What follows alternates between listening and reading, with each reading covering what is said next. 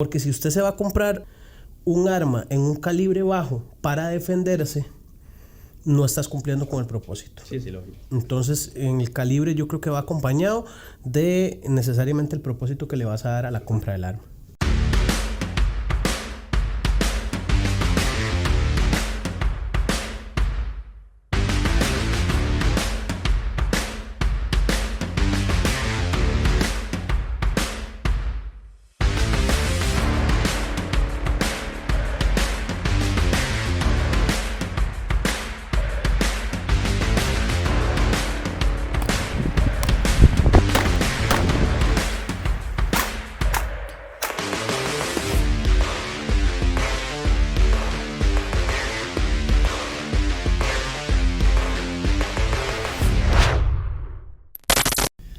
Un saludo para todos en este nuevo capítulo de Cultura Defensiva con un tema importante, trascendental, que las mismas personas nos han estado preguntando. ¿Por qué no hacen un comentario, una conversación en relación a este tema? Y eso es lo que el día de hoy les traemos.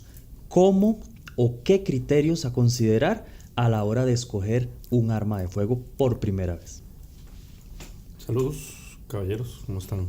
Don Esteban, don Eric. Don Eduardo, don Eric. Yo creo que el tema de hoy se las trae un poquito en cuanto a que hay mucha gente que tiene esa expectativa y yo creo que hay todo un vacío en esos temas de asesoramiento porque ya eso, no sé, yo lo compararía, no sé cómo lo ven ustedes, como cuando uno llega y quiere comprarse su primer carro, su primer moto y ese tipo de decisiones quedan muchas veces al gusto de la persona, ¿verdad? Yo creo que ese sí sería un consejo que tal vez la mayoría de gente le daría a alguien que pregunta qué carro me compro, ¿verdad? Y otras personas tal vez lo verían más por para qué lo necesita.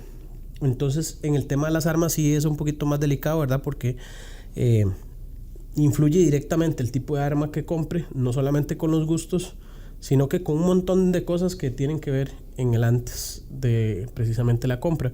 Es curioso porque la gran mayoría de personas con las que a veces uno conversa esos temas, con los que se da la oportunidad de conversar, suelen comentarle a uno, ¿verdad? Que tuvieron que cambiar esa primera arma por alguna situación, por lo que fuese, ¿verdad? Ahorita lo vamos a profundizar un poco más, pero creo que muchas personas tienen como ese patrón, ¿verdad? En común, que terminan cambiando el arma porque consideran que no fue la mejor decisión. En su momento resolvieron, pero bonito sería que uno tenga esa orientación, ¿verdad? Para comprender, ojalá tener como alguna referencia, por lo menos en qué basarse y hacerse algunas preguntas.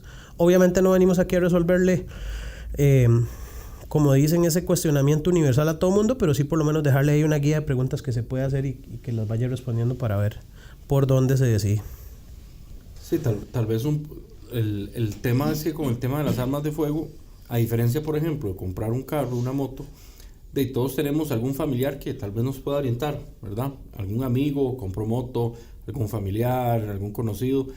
Digamos que la muestra de gente donde uno puede tal vez asesorarse es un poquitito más grande. Con las armas de fuego, casi siempre cuando uno empieza en esto, empieza solo, porque no tiene realmente alguien a quien acercarse. Ya los que ya tenemos rato en esto, pues ya estamos en grupos, ya tenemos conocidos, ya si tenemos alguna duda, algo en cuanto a armas, tenemos a dónde ir y evacuar dudas. Pero cuando alguien empieza en esto de cero, casi siempre, y al menos así me pasó a mí, yo empecé solo.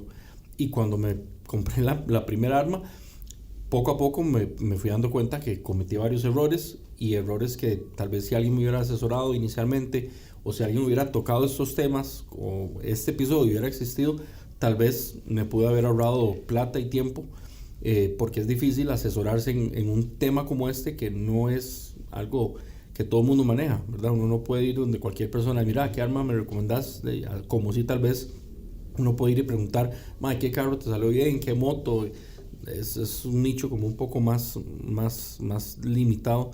Entonces esperamos que tal vez los que tengan esa inquietud, los que tengan la espinita de en algún momento comprar su primer arma para defensa, les sirva esta información y les quede ahí de referencia. Ojalá sea de utilidad. Antes de empezar, ¿qué les parece si hacemos el ejercicio? ¿Cómo les fue a ustedes con la compra de su primera arma? ¿Cómo fue esa experiencia? Bueno, en el caso mío, yo desde los 18 años ya tenía un arma de fuego. Esto porque trabajaba para la policía y era el arma que eventualmente se asignaba en su momento. Entonces, de ahí no tuve posibilidad como de escoger ni de comparar, sino pasó que por ahí. era la que la institución, ¿verdad?, le proporcionaba al oficial. Y con el tiempo, ya poco a poco uno va aprendiendo que pueden haber otro tipo de armas y características que de pronto se adaptan un poco mejor a la fisionomía de uno, al estilo de vida de uno y eventualmente ya ahí ya tuve como más opciones, por decir algo. En el caso mío, puedo decir cuál fue mi primer arma. Mi primer arma fue una Shield, una Smith & Wesson Shield. No es una mala arma, es una excelente arma. Sí siento que me equivoqué en algunos aspectos, que tal vez, habiendo conocido algunas cositas, hubiera tal vez escogido otro modelo, algo diferente. Es una excelente arma, no tuve nunca quejas de esa arma, nunca me falló. Pero sí hubiera querido saber algunas cositas un poco diferentes. En realidad, el tiempo que la tuve, perfecto, pero de entrada creo que hubiera optado por algo un poquito diferente, tomando en cuenta algunos de los criterios que tal vez hoy vamos Pero a ¿por qué, conversar. nada más para saber, por qué escogió esa? ¿Porque alguien se la recomendó Ok. o usted medio investigó? Ok, Sin entrar en los detalles que hay sin que entrar en los analizar. detalles. Ok, en el momento en el que yo compré esa arma, la MP Shield era como la que estaba más en auge en las armas subcompactas en 9 milímetros. Antes, si uno quería un arma un poco más manejable, digamos, en tamaño, más portable, ya había que tirarse a una 380, ¿verdad? Cuando yo fui a buscar mi primer arma, yo iba con la idea de una 380. Nadie me había asesorado en temas de calibres, nadie me había explicado por qué está así, por qué este calibre no. Yo nada más iba con mi mente que a partir de algo que busqué en internet, 380 era como las más pequeñitas para poder portar. Y cuando ya empecé a investigar un poquitito más, me topé con la opción de la Shield. La buscaba en un tamaño pequeñito por el tema de portarla más cómoda. El criterio mío principal era el tamaño y dejé por fuera un montón de cosas. Muy bien. Okay. Bueno, en el caso mío, tuve la dicha de antes de hacer la inversión, capacitarme un poco. Entonces, con la persona con la que inicié, saludos a Guadita, Guadamos, buen Guada, los primeros cursos que yo llevé con este compa, ya de por sí él daba soporte en la parte de armería. Entonces, ya y comprender un poquito lo que era la parte mecánica de armas, me permitió. Lo que pasa es que siempre, y aquí ya empezando a desarrollar un poco el tema, yo creo que en este mundillo hay un tema de las preferencias comerciales. O sea, se habla mucho de marcas, ¿verdad? Entonces está todavía como ese eterno pleito, ¿verdad? De los Glock y los anti-Glock, ¿verdad? Y por allá, todo el resto de marcas, ¿verdad? Que se discuten en el mercado. Entonces, creo que es una forma muy banal de verlo, muy superficial, de que muchas personas se van por la estética y por marcas. No me pasó a mí necesariamente. De hecho, todavía la conservo, una muy buena arma, creo que tiene muy buenas prestaciones, una P07 CZ. Y nada, o sea, no me arrepiento de esa, digamos, primera inversión. Sin embargo, creo que con el tiempo fui descubriendo otras necesidades o otras prestaciones que tenían otras plataformas, entonces por ahí hice tal vez un par de cambios. Pero eso sí quería yo recalcarlo. Creo que ahorita, como mucha gente que se va a dar un consejo, es como por marca. ¿Cómo lo ven ustedes? O sea, si hay mucha gente que dice, sí, cómprese SIG, ¿verdad? Cosa que ya el solo hecho de decir Sig Sauer, cuál es el gran espectro, ¿verdad?, que hay de modelos y plataformas dentro de la misma Sig Sauer. O sea, no es como que sigue siendo un consejo muy, muy superficial, ¿cierto? Y hay mucha gente que se aventura a dar un consejo a un familiar, que tal vez a veces es como la forma más directa de aconsejar a alguien. Sí, compre Glock, que ahí va, como dicen, a la segura, ¿verdad? Sí, hay muchos elementos ahí, ¿verdad? El precio también puede jugar un papel importante, que hemos conocido casos de personas que compran armas nuevas que cuestan 300,000 colones, $600, que sabemos que tal vez ese fue el elemento más principal como para escoger. Otros casos donde fueron tal vez a un polígono y como en el polígono tenían X marca de armas, sienten la confianza de comprar esa misma arma porque el polígono la tiene. O tan sencillo como ir a una armería, a cualquier armería, donde te van a ofrecer la marca que ellos venden e inclusive van a ponerla por encima de otras marcas. Que ahí hay un detallazo, ¿verdad? Un tema comercial de venta. Un tema de venta, 100%. Un tema de venta, o sea, el vendedor te va a vender. Ahora, interesante que en este tema de las armas, si bien sí hay posibilidades, si uno se informa bien de hacer pruebas con plataformas de armas, no está como ese test drive, ¿verdad? Que sí hay en los vehículos. Y usted dice, yo quiero comprar, no sé, X carro de la Toyota, me voy a la agencia y agendo un test drive, ¿verdad? Y yo veré si en realidad sí era lo que yo esperaba, comparándolo con otras marcas. En el tema de las armas, ¿qué consideran ustedes? ¿Está esa solución? ¿Tenemos esas opciones en el mundo de los portadores? No siempre, a veces sí, hablando, digamos, con conocimiento de algunos polígonos donde tienen algunas armas que pueden ofrecer, digamos, el servicio de que alguien vaya y las alquile. Ahora, no es como en el caso digamos, una compra de carro, donde dice, bueno, quiero comprar tal arma, voy y pruebo esa. No, en algunos polígonos, digamos, hay que cumplir ciertos criterios, hay que llevar ciertos cursos antes de siquiera poder optar por alquilar un arma para probarla. Entonces no es algo tan sencillo como de voy y la pruebo, porque esa suele ser el consejo de mucha gente. Uno ve tal vez en redes alguien preguntando, ok, quiero comprar un arma, ¿qué me recomiendan? Y abunda el consejo de, bueno, es que lo mejor es que usted vaya y pruebe varios tipos de armas. Y de ahí sí, excelente, buenísimo, ojalá se pudiera, pero no siempre es posible. O sea, a veces uno se tiene que ir por un arma a partir de cómo siente la empuñadura, cómo se siente el disparador, y eso en la armería, en seco, en frente de un mostrador. No siempre está la opción de probarla. Cuando se puede probar y disparar y usted tiene, qué sé yo, 3 opciones y de ahí quiere elegir y tiene la opción de probar las 3, excelente si se puede hacer, pero no siempre se puede hacer. Si ubica un polígono donde se lo facilitan y donde puede probar antes de comprar, pues obviamente ese es el caso ideal, pero digamos, en el caso mío, yo ninguna de las armas que yo he podido comprar, he probado ese modelo antes disparando, nunca, porque no he podido, no ha estado la posibilidad. Entonces me he ido a partir de otros criterios, en realidad. Bueno, pequeña cuña comercial, en el 38 hay un buen stock, ¿verdad?, de modelos de armas, en donde eventualmente la gente, claro, no sé, ahí me corrige Eric, si existe como tal el producto o el servicio de prueba de armas, más allá de tener que alquilar una por una para poder disparar. ¿Cómo funciona ahí en el 38, Eric? Sí, bueno, formalmente no lo hemos publicitado o no se ha abierto como el servicio de prueba de armas como tal, pero lo que sí en la práctica resulta en todas las semanas es personas que quieren alquilar un arma en específico para probarla, porque ya analizaron, investigaron o les recomendaron algún arma en específico. Entonces esa persona que llega y pide exactamente un modelo y un tamaño en específico, una marca en específico, y la prueba.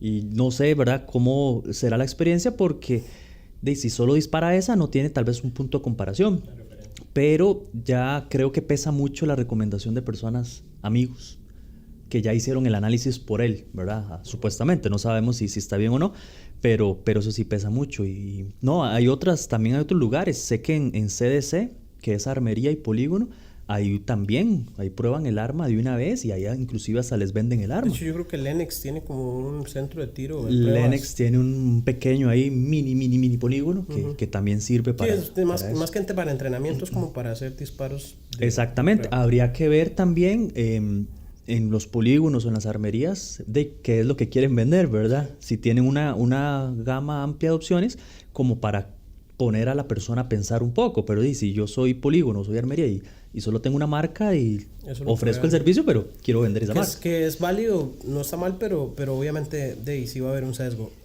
Entonces, viéndolo desde esa perspectiva, ¿qué tan difícil entonces es generarse un criterio uno, viéndolo desde la parte de las soluciones que hay comercialmente, si se quiere ver? O sea, que son muchas. Sí, pero más allá del tema de las marcas, o sea, ¿cómo puedo yo accesar? Entonces, estamos viendo lo que en Costa Rica, a la fecha que estamos grabando este episodio, es relativamente complicado poder yo mismo, por experiencia, hacer esa comparativa, ¿cierto? Entonces, ¿qué sería un camino? ¿Tiene que ser a través de capacitaciones? Yo creo que se necesita espacios como este para poder guiar a la persona sin influenciarla a una marca en específico. Guiarla a través de todas esas características o elementos a considerar que no existe en Costa Rica, porque volvemos al tema de lo comercial, ¿verdad? Entonces, tiene que ser alguien muy neutral que ofrezca 20 armas distintas y que cada persona, a través de un acompañamiento lógico y bien estructurado, inclusive técnicamente hablando, logre, digamos, guiar a la persona para que tome la mejor decisión, pero sin esa influencia de esta es la mejor o la otra es la mejor por un tema comercial. No existe en Costa Rica esa guía. Ok, entonces metiéndonos un poco ahí esa parte, Pedro Murillo, dale. No, lo que iba a sugerir es que entonces, ¿por qué no le dejamos acá a la gente? Vamos repasando algunos de los criterios que consideramos que la gente tiene que analizar a la hora de comprar esa primera arma. Tal vez luego podemos hacer algunas recomendaciones, pero yo creo que si la persona sabe qué son las cositas que tiene que pensar antes de poner un pie en la armería, ya va por lo menos un toquecito adelante. Lo feo es cuando uno va a una armería sin saber absolutamente nada y le pregunta, bueno, ¿qué es lo que busca? Y uno ve, no sé, una pistola. ¿Qué tipo de pistola? No sé, que dispare qué calibre, no sé, qué me recomiendan. Y ahí queda uno a merced de lo que le coloquen sobre el mostrador, ¿verdad? Entonces, tal vez si la persona lleva una serie de pasos ahí, de criterios, inclusive ya preanalizados de antemano, tal vez ya va un poco más claro qué es lo que va a buscar. Entonces ya puede llegar a la armería, bueno, vengo buscando un tipo de arma así, para esto y esto, tal. Entonces ya ahí vamos reduciendo un poco el abanico de posibilidades de lo que alguien puede buscar. Yo quisiera decir el primer elemento. Perdón, Eric, antes de meternos ahí, yo para cerrar entonces esta parte de las opciones que hay como para meternos en ese mundillo que va a dar pie a lo que vas a comentar. Algunas personas dirán entonces, bueno, pero ¿por qué, por ejemplo, X polígono no tiene ese servicio? Ya para meternos entonces en esa línea, digamos, voy a comentar varios superficiales, ya los vamos a profundizar. Por ejemplo, el solo hecho de que la misma arma, mismo modelo, todo lo que usted quiera, ya está convencido. Hay que ver porte interno, porte externo. Entonces, para poder poner a una persona a probar el arma, ¿verdad?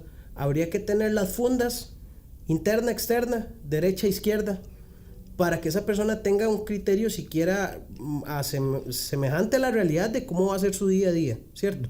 Porque parte de lo que vamos a hablar es la portabilidad de esa arma, ¿cierto? El tamaño, el calibre, la capacidad, el precio, peso, ¿verdad? Entonces, que ya lo vamos a profundizar para que entiendan por qué a veces cuesta tanto eso, porque no es lo mismo que a mí me llegue una persona zurda o derecha, que sus labores van a ser para oficial de seguridad privada, donde tiene que andar una funda, a un civil que tiene que andar por porte interno. Una persona que se desplaza en moto no es lo mismo que una persona que lo que quiere es tener su arma en la oficina, o trabaja desde la casa y la puede portar, ¿verdad? Entonces, todos esos criterios, por eso es que a veces cuesta tanto.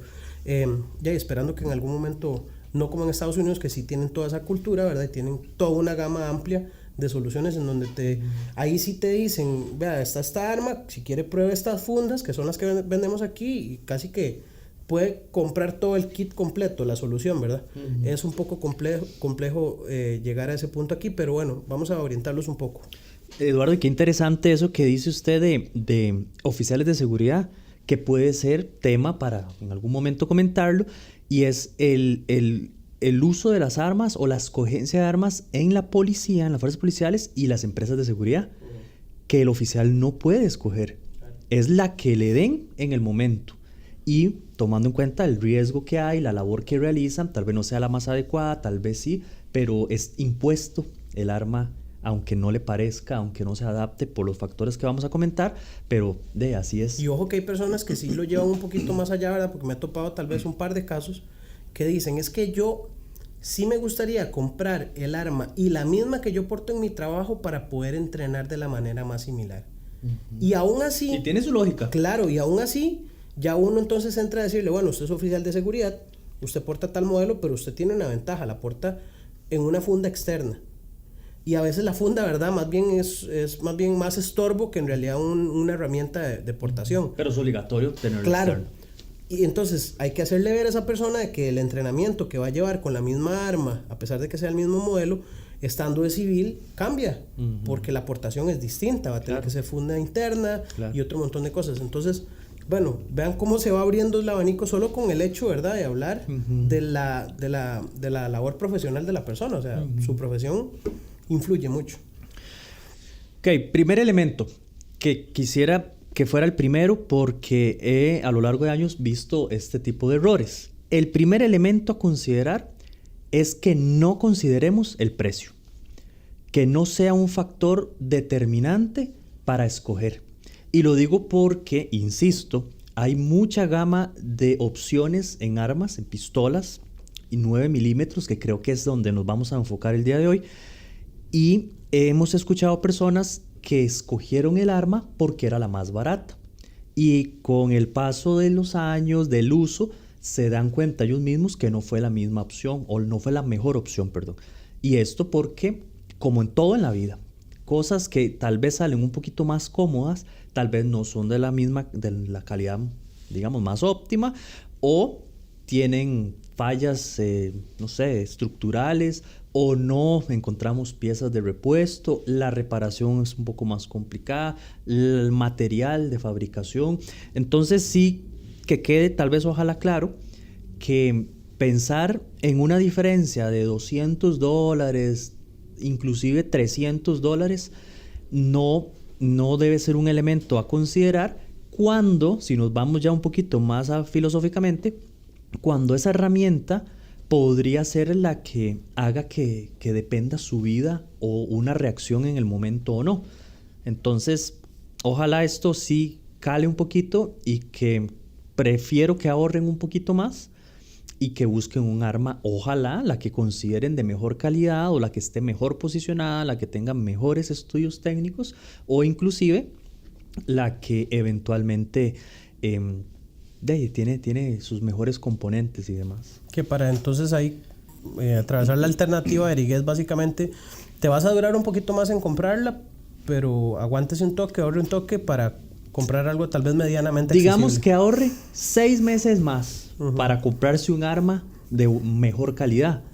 Esa arma de 6 meses más que duró le va a durar, y puede ser que hasta toda la vida inclusive. No, y Eric, sí seamos tal vez un poco francos, aquí por dicha tampoco hay como un, ¿cómo le digo? O sea, bueno, yo por lo menos no veo un abismo, ¿verdad?, en temas de precios. O sea, si bien es cierto, hay armas que sí son, ya rayan en el lujo para tal vez lo que uno espera, invertir para algo que no necesariamente produce, ¿verdad? Qué sé yo, podemos hablar que un arma muy barata puede llegar a tener una diferencia de tal vez unos $1,000 con un arma que ya sí vale la pena. O sea, digo yo. No, hombre, menos. Okay, 200, $300. Entonces estamos hablando que sigue siendo un margen aceptable, relativamente accesible, ¿cierto? No sabemos la condición de cada persona, claro, y que cuánto duró para comprarse el arma, pero... Y es que también la gente tiene que entender qué representa esa diferencia de precio, ¿verdad? Porque no es solo un ahorro de plata. Mucha gente dice, no, es que voy a comprarme esta porque la quiero ya, porque me cuesta $250 menos. Ok, perfecto. El día de mañana esa persona saca el arma, va a ir a buscar una funda y no va a encontrar funda para esa arma por ningún lado. El día de mañana la persona quiere decir, mira, me gustaría ponerle unas miras nocturnas, porque he visto, ya me metí en esto y vi varios compañeros que tienen unas miras ahí chivísimas. Mira, ¿dónde consigo? Y no se consigue nada para esa arma. Le pasa algo al arma, o a los cargadores. Se consiguen repuestos. Quiero un cargador, no consigo cargadores. Entonces hay que entender que esa ganancia de precio tiene un compromiso eventual en la posibilidad de lo que uno vaya a ocupar luego con esa arma, aparte del tema de calidad, que no siempre no siempre se marca tanto. A ver, yo he visto armas tal vez de precios más bajos, de marcas que uno dice, esa yo no me la compraría, pero ahí está, dándole como un tractor todavía y no le ha pasado nada. Si es que entrena. Sí, bueno, no, pero yo he visto armas con buen desgaste en marcas de ahí que uno dice, bueno, esta no sé cómo ha sobrevivido tanto, pero ahí está. Pero el tema de repuestos, de accesorios, de cositas que uno le quiere hacer luego al arma, todo eso hay que contemplarlo a la hora de adquirir esa arma. Si uno decide comprar algo más barato, tiene que saber en lo que se está metiendo a cambio de esa diferencia de precio. E inclusive hay que valorar si es una opción comprar un arma usada o no. Usada porque hay armas que tienen 20 años de estar ahí y que por un poquito menos de dinero tal vez crean que es una buena opción. Puede ser que sí. Hay marcas que le duran toda la vida o que duran 100,000 tiros, 1,000,000 de... Pero si es una marca tras de que viejita ya se ha usado bastante, mucho es en labores de seguridad, que el arma ya la quieren sacar de funciones y la empiezan a vender muy barata. Pero esa arma ya tuvo 20 años de estar ahí y con las prácticas, que a veces no son muy buenas, de mucho personal de seguridad, etc. Ok, entonces, ¿les parece si para establecerlo así vamos con los no? Ya Eric puso, no se vayan necesariamente por el precio, porque obviamente hay una relación contra calidad que ya vamos a entrar en la parte de calidad. ¿Cuál podría ser el promedio de costo en Costa Rica de un arma aceptable? Un poquito para arriba, un poquito para abajo, pero si hablamos de una media. Vea, yo digo, sí, de $900 a $1,200, ese es un rango de precio. El suelo yo considero que son 800. El techo diría 1,100, 1,200. Entonces por ahí 900. Entonces hay un margen ahí de unos $400, $300 que vienen siendo 150,000 que colones. Casi que eso, por lo menos a los modelos que nosotros tenemos disponibles, la diferencia la termina, o la balanza la termina inclinando ya ahí sí como marca y temas ahí más de prestaciones. Y famosidad. Y modelos, digamos, dentro de una misma plataforma. Porque hablemos por ejemplo de marcas. En Glock, por ejemplo. No voy a decir nada malo de Glock. Ya los vi. Puña, ya me estaba agarrando aquí. Ya sentí los ojos. No, por ejemplo, digamos, en Glock hay modelos que son modelos que no vienen con la opción, por ejemplo, para colocar una mira o un red dot, una mira de punto. Y el modelo que sí trae la opción para colocar la mira de punto es la misma arma, con la diferencia de que ese es un modelo para mira de punto. Y ahí ya varía el precio por $150, $200. O ya vienen con la mira y se eleva el precio, con la mira, pero es la misma. Es la misma. Entonces, dentro de las mismas plataformas hay diferentes opciones que le tiran a uno de precio para arriba. Pasa también en la línea, por ejemplo, en Sig Sauer, en la P365 pasa lo mismo. En la macro hay una línea base y luego le tiran para arriba. Dependiendo de lo que usted le quiera que traiga el arma, le tiran $200. Sí, anúnciese aquí. Gracias al patrocinio de... No, un día vamos a hacer un episodio de la guerra de las marcas. No, yo estoy seguro que con la religiosa, ¿cómo se llama? Lealtad que tiene Murillo hacia la SIC, a nosotros nos van a llevar a la fábrica, man. Y si alguien me regaló una Glock, yo la recibo. Ya yo lo he dicho anteriormente públicamente, no tengo ningún problema. Regalada. Okay, ahorita hablamos de por qué Team Glock y Team SIG. Yo voy con un no se vayan por la estética. Okay. Eso es un gran detalle. Eso es muy importante, pero ¿importa la estética? ¿Importa? No, sí importa. Sí importa, pero es que yo me voy a un punto, vea, por ejemplo. Hay gente que compra puro en la calle le dicen, sí, en la calle le dicen, es que es un arma aniquilada. O la vieron en una película. Sí. O es un arma icónica porque dicen que es John Wick. Ajá, sí. No, hombre, vieras que, bueno, cantidad de cosas, ¿verdad? Que uno ha escuchado, que uno dice, ok, pero es que eso, ¿qué? O sea, no, ¿verdad? Entonces, la estética para mí no tiene que ser... O sea, póngalo como de último diciendo, ok, están parejos, entonces tengo que desempatar, ¿verdad? Me voy a eso. Dígame ejemplos de estética. Ok. ¿El color? No, porque el color para mí sí tiene una función meramente... Táctica. Voy a decir una palabra, que a mucha gente no la va a usar, un tema táctico. O sea, el color del arma tiene una función táctica. Y así es. Entonces sí se toma en cuenta. O contexto nuestro también. No, también en la parte civil. ¿Y si viste de negro siempre? No, la parte civil tiene obviamente una implicación. O sea, vamos a ver, hay gente que sí les gustan los colores, no sé, llamativos. Y puede hacerlo con el arma, pero va a ser un arma que va a llamar la atención. Usted se levanta la camisa y ya se ve algo totalmente de otro color. Creo que es llamativo, ¿cierto? Entonces depende. Para mí el color sí tiene algo que ver con estética, pero yo me voy más por ese lado. Igual después de comprada se le puede cambiar el color las veces que quiera, los diseños que quiera, pero ya no es recomendable. Sí, pero para mí no es un tema... No, la estética, Eric, va más que todo como... Vamos a ver, como por la conformación del arma. Hay gente que estéticamente ven las armas pequeñas llamativas. O sea, tienen como esa concepción de que el arma tiene que ser pequeña. O grande. O grande. Digamos el acabado. Ya ahora sí me voy al acabado, no necesariamente el color.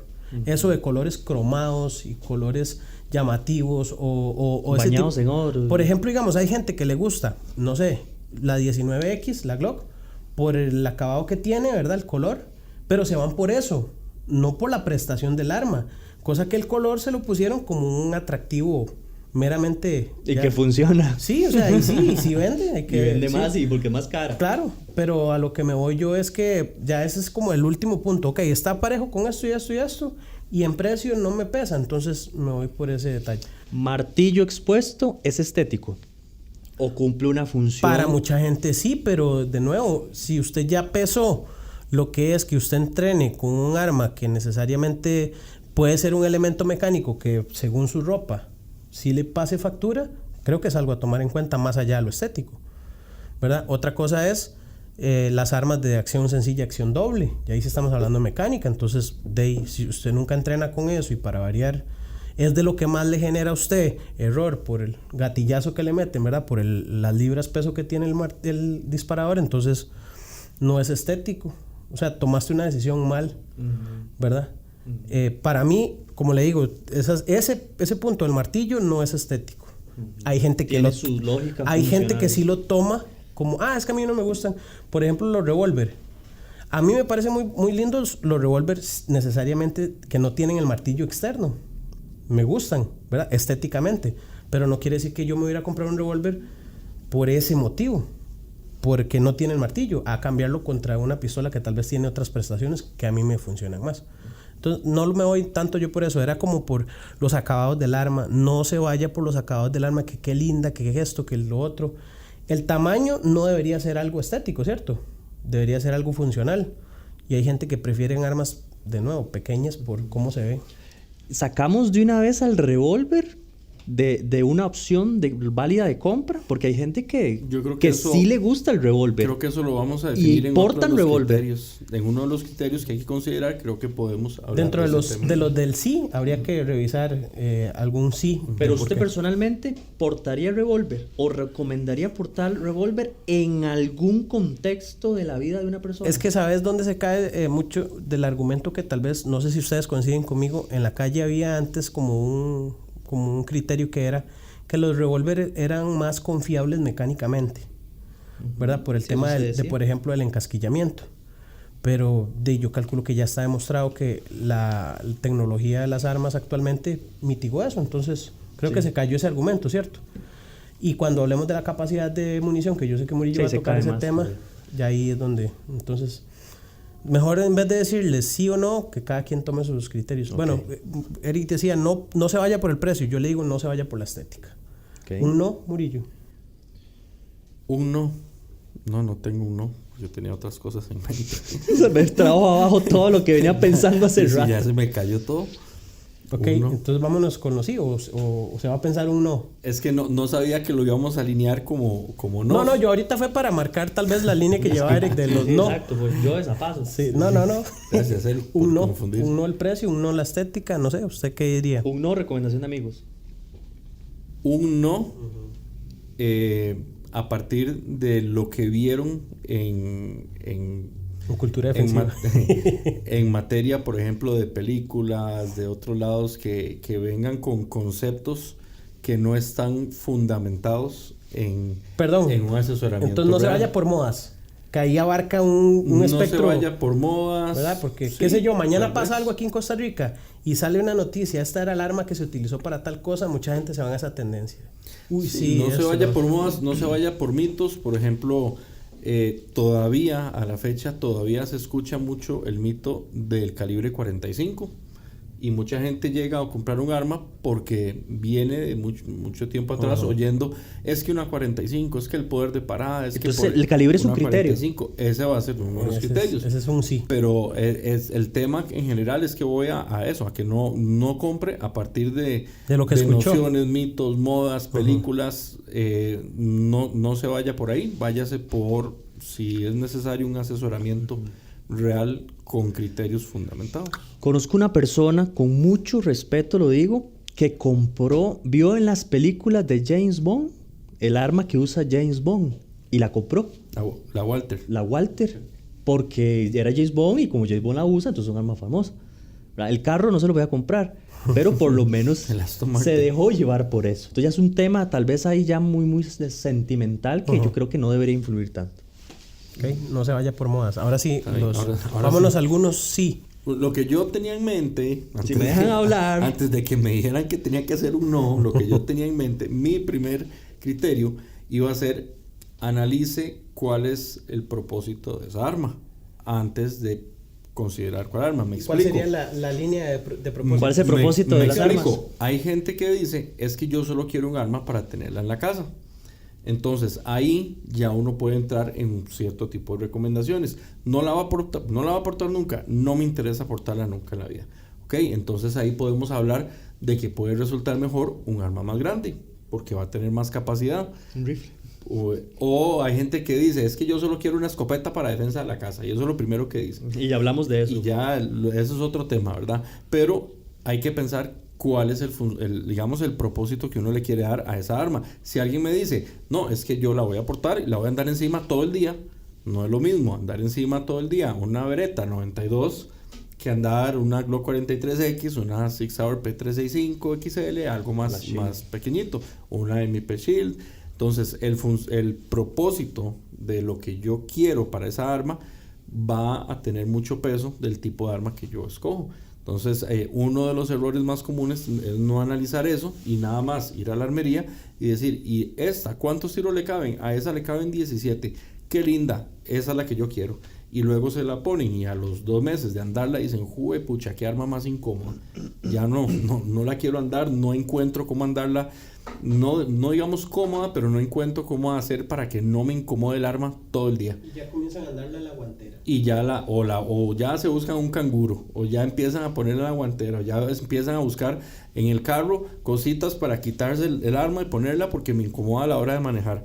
Todo eso porque no se analizó qué era lo que yo quería de esa arma antes de comprarla. Imagínense, lo que cuesta el arma, la pega a los requisitos, para los 2 meses estar obstinado y decir, ya no la quiero andar, simplemente por no analizar cuál era el propósito final de esa arma. Igual, si es un arma para tener en la casa, entonces la recomendación va a ser otra, va a ser distinta, va a ser ok. Entonces ahí ya podemos quitar un poco de lado el tema del tamaño del arma y irnos más un poquitito por el tema de la capacidad de arma. ¿Usted cree que las fábricas de armas analizan eso? O sea, dicen, vamos a crear esta arma para Totalmente. que solo esté en la casa, o vamos a crear esta arma de uso policial, o vamos a crear esta arma de uso para empresas de seguridad privada. Bueno, tanto así para empresas de seguridad privada, tal vez no, pero sí hay digamos, fabricantes que, por ejemplo, un nicho del mercado es vender un arma como arma especial para portación oculta. Entonces, por ejemplo, se nos ha quedado por fuera, digamos, la CZ, que la CZ últimamente empezó a sacar unos modelos más compactitos, por ejemplo, la Shadow 2, que es un arma de competencia, o la Shadow, que era un arma de competencia grande. CZ llegó a un punto en que dijo, si esta Shadow la hacemos pequeñita, va a tener un nicho en el mercado de los portadores de portación oculta. Y entonces sacaron un modelo que es básicamente como ver el arma de competencia, pero pequeñita, ideada para el mercado de la portación oculta. Entonces yo sí creo que eso es algo que los fabricantes muchas veces dicen, bueno, aquí hay un nicho de mercado, nos estamos quedando atrás. Y les ha pasado a varios fabricantes que se van quedando y entonces dicen, no, tenemos que para este nicho de mercado. Y entonces empiezan a salir otras ofertas interesantes, por ejemplo, en el tema de armas pequeñitas, de armas con buena capacidad a pesar de que son pequeñas. En el caso, por ejemplo, cuando yo compré la Shield, había muy pocas opciones de armas en 9 milímetros pequeñitas y con la capacidad que tienen las armas de ahora. En ese tiempo no existían eso. Ahora hay armas compactas y subcompactas de 13, 14, 15 tiros, que es la misma capacidad que un arma más grande. Pero yo no sé cómo ven ese criterio del propósito del arma.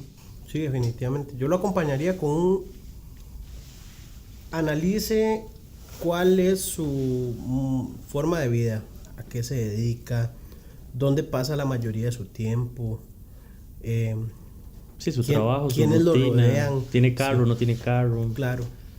Todo eso porque a final de cuentas, comienza a imaginarse usted qué sería si usted todos los días, no sé, qué sé yo, vamos a ver, para poner un ejemplo muy práctico. Yo creo que Murillo, si todos los días tuviera que salir a correr en la mañana, no se va a llevar necesariamente esa botella para correr, porque posiblemente sea bastante pesada, llena, y digamos, no es lo más cómodo, ¿cierto? Pero yo creo que la anda porque tiene la comodidad de andar dentro de su carro y más bien le sirve no andar Usted está indicando que yo no salgo a correr en las mañanas. No, pero no con esa botella y le Es un puedo apostar ejemplo. lo que quiera. Sí. Entonces, sí me explico, digamos, posiblemente vas a buscar algo más adaptado a tu realidad, a lo que vos estás haciendo. Otro ejemplo muy práctico, no sé, piense los zapatos que usted usaría para qué es lo que va a hacer. No es lo mismo los zapatos para correr de nuevo que para ir a tal vez a una industria donde vas a tener que andar zapatos de seguridad. Entonces, creo que por ahí esa diferencia. Analice y hágase un resumencito suyo mental de cuál es su día a día, qué es lo que usted hace. Mucha gente le gusta cletear los fines de semana y más bien va acompañado al propósito. Es que ya me intentaron asaltar o ya nos intentaron asaltar, ¿verdad? Las bicicletas. Sí, hay armas hay bicicletas que cuestan 5 millones de pesos. Claro, entonces va con ese propósito, ya de por sí tener con qué defenderse en la cleteada, pero fue y se compró el arma más grande que había, entonces lo van a dejar sin bicicleta y sin arma y capaz más bien es un riesgo. Entonces el otro aspecto, criterio a analizar es qué es su día a día, a qué se dedica. Ok, otro criterio importante creo yo, antes de entrar al fondo, digamos, del asunto, es revisar o valorar, comparar la marca del arma que tenga en Costa Rica la posibilidad de el acceso a piezas, el acceso a accesorios, el acceso a una reparación eventualmente, a una limpieza sencilla y a otros aspectos meramente propios, digamos, de la mecánica del arma. Y esto lo digo porque, como ya lo mencionó Esteban, hay marcas de armas donde usted la compra, después quiere buscar la aguja percutora o quiere cambiarle el cargador, lo que sea, y no hay. Entonces eso empieza un poquito a complicarle a la persona. ¿Qué haría yo? Investigaría, escogería las 5 marcas de armas más populares en Costa Rica y a partir de esas 5 empiezo ya a buscar esos detalles más finos. 5 marcas de armas que estoy seguro, a la conclusión que mucha gente va a llegar, es que las armerías que las distribuyen o las venden tienen garantía, tienen repuestos, se pueden conseguir inclusive hasta en el extranjero ciertas piezas, ¿verdad? No todas. Y creo que eso le da satisfacción a una persona, como en un vehículo o como en cualquier electrodoméstico, cualquier herramienta que usted quiera comprar. Esto desde un punto de vista muy general, no entrando al fondo del asunto, que ya vamos a hablarlo.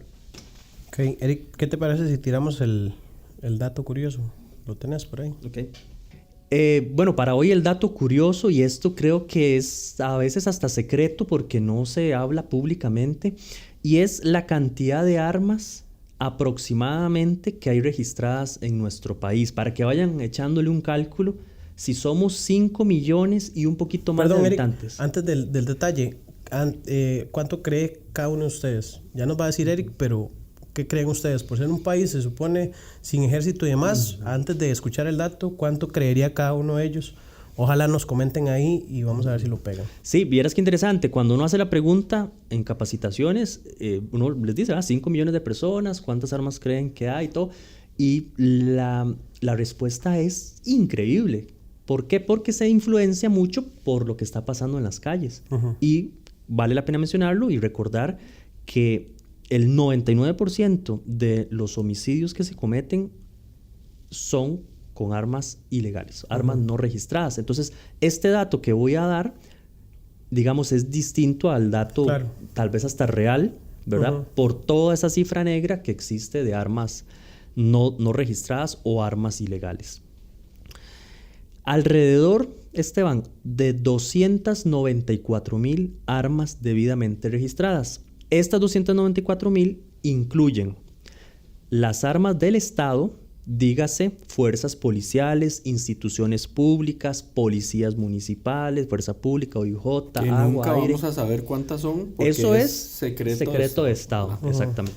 En esta cifra de 294,000 también están incluidas las armas registradas en aproximadamente 600 empresas de seguridad que tiene Costa Rica. Entonces échele un cálculo. Un día eso se hablaba con un instructor y solo en una empresa muy reconocida, la más grandes, tienen 3.500 oficiales y alrededor de 2.000 armas. Solo a nombre de esta empresa, por decir algo. Y hay un montón de empresas. Y hay un montón de empresas, grandes y pequeñas. Esta cifra también incluye a los portadores civiles en sus distintas categorías. O sea, en el porte personal para la defensa, armas deportivas en la clasificación que incluye armas cortas, armas largas y las armas de colección. 294,000, algunos dirían nada más, a pesar de lo que pareciera que hay más armas, ¿verdad? Pero insisto en que la gran mayoría con la que se cometen delitos son armas ilegales. Y bueno, ese es el dato, 294,000 armas. Y dato curioso, también dentro del dato curioso, es que muchas mujeres están optando por comprar un arma de fuego también. Ok, entonces sacando números, Per cápita. estamos como a un 6% en comparación de la población. Un 6% de armas, ¿verdad? Si Sí. le quitamos un 2% de las empresas de seguridad, un 1% de la policía, nos van quedando 3%. 3%. Y si le quitamos las deportivas y si le quitamos las de colección, va quedando y todavía menos, ¿verdad? Sí, póngale que un 2%. Es más, hagámoslo por persona. Porque hay gente que tiene más de Hay una. gente que tiene 1, 2, 3, 10, 20 armas. Entonces, todavía menos noción de cantidad de armas. Porque si solo una persona tiene 50, de ahí es solo una persona. Claro. Entonces, todo eso hay que tomarlo en cuenta a la hora de hacer estadística, cálculo, Política. promover leyes. Claro, otro detalle ahí, bueno, para otro episodio, Iván Murillo, analizar eso. Porque las decisiones técnicas no se están tomando en función de esos análisis. Dato curioso. A ver cómo anduvo la gente ahí con los cálculos. Con los cálculos. A ver. Una vez una muchacha me dice, son 5 millones de personas. Yo calculo que hay unos 5 millones de armas. Nada más. Ok, Bueno, bueno. El cálculo siempre es más de la cuenta, de millones. Esa es la sensación de la gente. Muy bien. Bueno, para retomar entonces el tema, estábamos con... ¿cuál fue el último, Criterios. sí? El último que comentó Eric fue el de buscar algo que tenga buen respaldo en el país. Buscar marcas, respaldo a nivel y hacer de una... accesorios, repuestos, todo Y eso es una buena práctica. Ojalá la gente vaya ahí como haciendo, no sé, una anotación del desorden que nos tenemos de criterios, pero montando una tabla comparativa. Como, qué sé yo, la misma tarea que haría uno al comprar un celular, ¿verdad? A ver qué memoria tiene, cuánto le dura la batería, cuál es el precio. La cámara. Claro, yo creo que eso es un bonito ejemplo, porque ya, si usted lo La que ocupa es un teléfono que tenga lápiz, es un criterio para la compra, ¿verdad? No te vas a ir necesariamente a una gama baja, ¿verdad? De teléfono, y si lo que ocupas es que sea más fuerte a las caídas, te vas a buscar un teléfono más especializado. Más pequeño, más grande. Sí, ok, un criterio para mí de peso. Yo creo que porque nosotros vamos a limitar hoy a hablar de 9 milímetros, pero el calibre es importante. Yo lo iba a decir, entonces tal vez no lo diga usted para Ok, decirlo listo, yo. me retracto. Entonces, el No, calibre... está bien, dígalo, no importa. No complementa. Listo. El calibre, porque hay muchas personas que comprenden el calibre como que necesariamente tiene que ver con el control que tienen del arma. Hay personas que he tenido oportunidad de tener en capacitaciones que dicen, es que yo siento que el retroceso de esa arma yo no la controlo, ¿verdad? Puede ser una percepción, puede ser real, que en el momento no, pero es que, claro, hacerle entender eso en ese momento, pues tal vez no es el espacio. Eso va acompañado de entrenamiento, ¿cierto? Eso es como decir uno, no sé, es que de la moto que ando es muy grande. Entonces se ha visto gente que domina motos grandes, pero tienen que practicar y le agarran la maña y ahí va, ¿verdad? Pero entonces tiene que ver con la contextura también de la persona. Pues sí, yo creo que sí, Eric, pero lo que pasa es que, de nuevo, yo creo que el calibre va ligado necesariamente con lo que decía Murillo, el propósito. Porque si usted se va a comprar, porque usted se considera una persona débil, un arma en un calibre bajo para defenderse, no estás cumpliendo con el propósito. Sí, lógico. Entonces, en el calibre yo creo que va acompañado de necesariamente el propósito que le vas a dar a la compra del arma. ¿Y si el propósito fuera defensa? Es que yo creo que ahí sí nos podemos tirar al agua y hacer una recomendación plana en temas de defensa. Yo creo que estamos de acuerdo en que la recomendación estándar en defensa para pistolas 9 milímetros. Creo que ahí estamos de acuerdo. Ya si nos ponemos a hablar de por qué este sí, por qué este no, creo que ahí nos da para todo un episodio hablando de calibres. Pero podemos descartar, por ejemplo, de plano, el calibre 22 para defensa. Y si hablamos, ok, bueno, pero entonces nos queda calibre 40, calibre 45. Ok, no hay en esos calibres realmente ninguna ventaja en la munición moderna sobre 9 milímetros. Y 9 milímetros sí tiene un montón de ventajas sobre esos otros calibres. Entonces yo creo que ahí yo sí me tiraría al agua y recomendar 9 milímetros estándar. Si es defensa, que sea munición expansiva, la típicamente conocida como punta hueca. Ahí sí yo no me empezaría a decir a la gente, bueno, valore si el 40, 45, yo esos calibres los dejaría más como para un arma deportiva, como porque hay gente que dice, es que yo estoy enamorado de la 45. Bueno, cómprese sus dos armas de portación, cuando ya va para el arma deportiva, cómprese una 45 y la tiene ahí para que tenga su arma 45, pero yo a nadie por ninguna razón contemplaría recomendarle un arma 40 o un arma 45 con las prestaciones que da el 9 milímetros hoy en día. O sea, estamos enterrando el calibre 45 para defensa. Para mí sí. Bueno, yo no sería tan tajante, pero no, obviamente me voy a montar en el tren de Murillo de que sí, yo me quedo con 9 milímetros, nada más lo voy a llevar un poquito más allá. Ok, hay que pensar en la inversión de capacitación. Entonces, si usted va a invertir en munición, no se comparan los precios. Adquirir munición en esos calibres es muchísimo más difícil.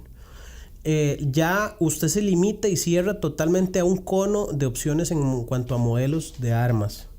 La capacidad del arma. La capacidad de portar munición. La cantidad de munición, sí, perdón. ¿Verdad? Entonces, creo que ya ahí estás restringiéndote casi que como a decir, es que yo me voy a ir a comprar necesariamente una vagoneta porque me dijeron que la vagoneta es lo mejor para jalar leña, ¿verdad? Cuando hay otras opciones tal vez para hacerlo y está demostrado que sí. O sea, ahí sí hay mucha evidencia técnica científica que respalda que el 9 milímetros tiene un rendimiento equiparable a munición, hablando de munición moderna, ¿verdad? Sin embargo, ya, bueno, pues ahorita actualmente están habiendo unos cambios ahí a raíz de los conflictos también que han habido, ¿verdad? Y muchos análisis policiales técnicos. Yo no lo descartaría del todo. Yo creo que si de todos modos el punto 45 y el punto 40 no han muerto del todo en el mercado, es por algo. Pero aquí en Costa Rica, la realidad, para resumirlo así, no nos vamos a complicar mucho. Económicamente, o sea... Económicamente hay una tendencia a que como es más costosa la munición, la gente deja de ir a entrenar menos, obviamente. Claro, y ya de por sí obviamente tiene un peso mayor en cuanto a control del retroceso. O sea, técnicamente tenés que entrenar más, porque tenés que controlar más poder, ¿verdad? Y de nuevo se limita mucho la gama de opciones comerciales en cuanto a modelos y demás. Entonces, algunos hablan que el 45 es muy militar, en contextos de ejército, en lugares donde qué importa si falla el tiro, etcétera, pero igual tiene, ¿verdad?, las limitaciones. Sí, yo por ahí tal vez... En Costa Rica no es popular el 45. No, yo tal vez por ahí en algún momento les pase alguna referencia de unos documentales que estuve viendo que me pareció interesante el tema de la evolución de los calibres, principalmente ahorita cómo está, digamos, pasando. Pero a veces hay que darles chance a esas referencias porque muchas veces tal vez son empujes comerciales, ¿verdad? Hay alguna marca que les sirve empujar ese calibre y porque viene con una innovación, ¿verdad? Entonces hay que dejar que los tiempos pasen, que las aguas corran para uno decir, mira, sí, fue una tecnología que en realidad fue una innovación técnica, práctica que sí, pegó. Como pasó con el 9 milímetros. Tuvo que pasar algo, ¿verdad?, con estos otros calibres que en algún momento fueron los reyes del mercado. Sí, para que se posicionaran. Claro, y obviamente respaldado, eso sí, en muchos estudios técnicos, que ahí sí el FBI tiene cualquier cantidad de respaldo, ¿verdad? Calibre 22, que muchas personas hablan del calibre 22 como una buena opción. ¿Para qué propósito, Eric? Perdón. Defensa. No, yo mencioné que yo el 22 lo descarto de plano. que es algo común porque por lo general, por ejemplo, a nivel de polígono, cuando se hacen los exámenes teórico-práctico, se están haciendo principalmente en calibre 22, o cuando una persona llega a un curso para donde tiene la opción de probar varios calibres, a veces puede salir con esa noción de un autoengaño después de disparar, por ejemplo, el calibre 22, el 9 milímetros, el calibre, digamos, un calibre de revólver de 38, y ver la agrupación, digamos, los huequitos que hizo con el arma, dice, hey, no, es que yo con el 22 me fue súper bien, hice un montón de huequitos ahí pegaditos, el 9 milímetros se me fueron los tiros por todo lado y en el revólver también. Entonces yo creo que para mí es mejor andar una 22. Entonces es como un autoengaño que se hace la gente a partir de experimentar el calibre 22 y dejar por fuera otro montón de análisis, que es el tema del desempeño defensivo del calibre 22. Yo respondería más bien con una pregunta. ¿Cuántas unidades policiales en el mundo utilizan? Que eso era otra cosa que yo iba a decir, pero es que qué pereza, porque Eduardo todo lo que yo iba a mencionar ya lo dice. Es que usted tiene que decirlo rápido. Sí, no, pero es que no se puede así. Pero bueno, está bien. Ok, me disculpo. Sí. No, y esa frase... Tiene razón, Eduardo, tiene razón. Bueno, Sí. vamos a ver, yo he visto gente morir con un disparo 22. O sea, yo le digo a la gente, ok, cualquier bala lo puede matar a uno, cualquiera. O sea, no es como que alguien me diga, pero es que una 22 no mata, no, dice una 22 Y es mata. más barata el arma y es más barata la munición. Sí, ok, pero otro, interesante, la munición 22 y las armas 22 tienden a fallar un poquitito más, ¿verdad? Tienden a tener un poquito más de malfunción, la munición 22 es delicada, hay armas que no les gusta una munición 22, a veces pasa, digamos, en 9 milímetros que un arma no le guste cierto tipo de munición, pero es menos común, no es tan común. ¿Las armas 22, tienen paladar, Murillo? Las armas tienen paladar, claro que sí. Se encuentra ubicado en la recámara, debajo donde sale la aguja percutora. Ahí está el paladar de las armas. Y a algunas no les gusta cierto tipo de munición. La munición 22, yo sí he notado que tiende a fallar a un porcentaje bastante más alto que lo que falla realmente una 9 milímetros. Lo que pasa es que hay gente que puede confundir la letalidad con la eficacia defensiva. Sí, que entrenar es la clave, ¿verdad? Ahí. No, y a mí ¿qué me sirve que el agresor mío se muera 3 días después en el hospital por un tiro de 22 y yo lo ocupo para que dejara de apuñalar? En el mejor de los casos, ¿verdad? Claro. Versus gente que con 5 o 6 disparos siguen caminando. Sí. Y ya último, porque se puso emocionante esto, 380 sigue siendo un calibre 9 milímetros. ¿Por qué no es tan popular? ¿O es recomendable o no es recomendable? El 380 creo que la desventaja principal que tiene en relación al 9 milímetros es el precio, que es más caro. Del arma y la munición. Del arma, bueno, sí, suelen ser un poco más caras, pero principalmente la munición y la disponibilidad de la munición, que no siempre se consigue en Costa Rica igual de fácil, al menos aquí en Costa Rica. Entonces, ¿para qué me voy a comprar un arma que la munición es muy parecida a 9 milímetros, desempeñando un poquitito menos que 9 milímetros y todavía me va a costar más entrenar? O sea, no le hallo lógica yo a una 380. O sea, por ahí me acuerdo un debate que hubo en algún grupo que decían, es que alguien decía que tenía un cliente o alguien que le costaba con 9 milímetros y resultó que con la 380 le iba mejor. No sé, puede ser un argumento válido. Para mí eso se puede solventar con entrenamiento y con llevar a la persona un poquitito más para que logre controlar las 9 milímetros. Yo le diría a la gente que tiene esa ¿cómo se llama? No sé, ese debate de calibres, busca ahí buenas referencias. Yo creo que eso sí, ahorita con tanta accesibilidad a la información, ¿verdad? Hay buenas documentales, hay buenos libros, buena literatura que habla precisamente de rendimiento balístico, de todo eso. Entonces, vaya, véalo y usted toma las decisiones, porque sí hay mucho de dónde tomar ahí. Sí, porque a final de cuentas, Jay, como le digo, si usted ve que el rendimiento está muy similar o definitivamente otro lo supera y el costo-beneficio, entonces ahí usted va a sacar la matemática. Sí, o con decirles que el 99% de portadores en Costa Rica usan 9 milímetros. Uh-huh. El 95% de las policías de Costa Rica usan 9 milímetros. Entonces eso creo que es un dato también que podría influir, ¿verdad? Y en 22, no sé, yo compré un arma 22 precisamente en una plataforma, ¿verdad? En la deporte, y lo hice para entrenar algún tipo específico de ejercicios. O sea, a mí sí me gustó eso, que era compatible con la funda y demás, para eso, como para un tema económico ahí. Ir a quemar bastante munición simulando el gesto técnico y sí. Tema de podcast. Sí, y el 22 tiene algo que es bonito, es un arma entretenida para llevar al polígono y es económica. O sea, usted puede darse gusto disparando el polígono. Es bonita para llevar a alguien que tal vez nunca ha disparado y tiene cierto temor de disparar. Para empezar ahí. Porque el impacto inicial va a ser un poquitito más. Sí, a la más gente cómodo. le es menos chocante hacer su primer disparo a veces con ese calibre. Ok, entonces, listo, para mí, el calibre. Que definimos entonces como gusto personal de nosotros el 9 milímetros. Sí. Yo obviamente sí me voy con... Por costo, por alcance, por daño, por moda, por todo. Sí, para mí, ahorita por lo menos no hay algo que se le asemeje aquí en el país. Ok. Otro criterio. ¿No ves? Sí. Vamos a ir Yo iba a para decir acá. otro, pero si lo digo Murillo. Sí, no, dice mejor que- no. Dígalo, a ver si era el que yo voy a decir. Dele usted. No. ¿Está pensando en otro criterio? Estoy pensando, sí, estoy Ok, pensando. va directamente relacionado con el calibre y la capacidad de la munición. Ujú. Capacidad de tiros para portar. Sí, ese era el que iba a decir yo. Ok. Ok. Ahí entonces es importante entender que entre menos capacidad, menos el tamaño. Y también que ya hay un aspecto legal que nos limita en capacidad de porte.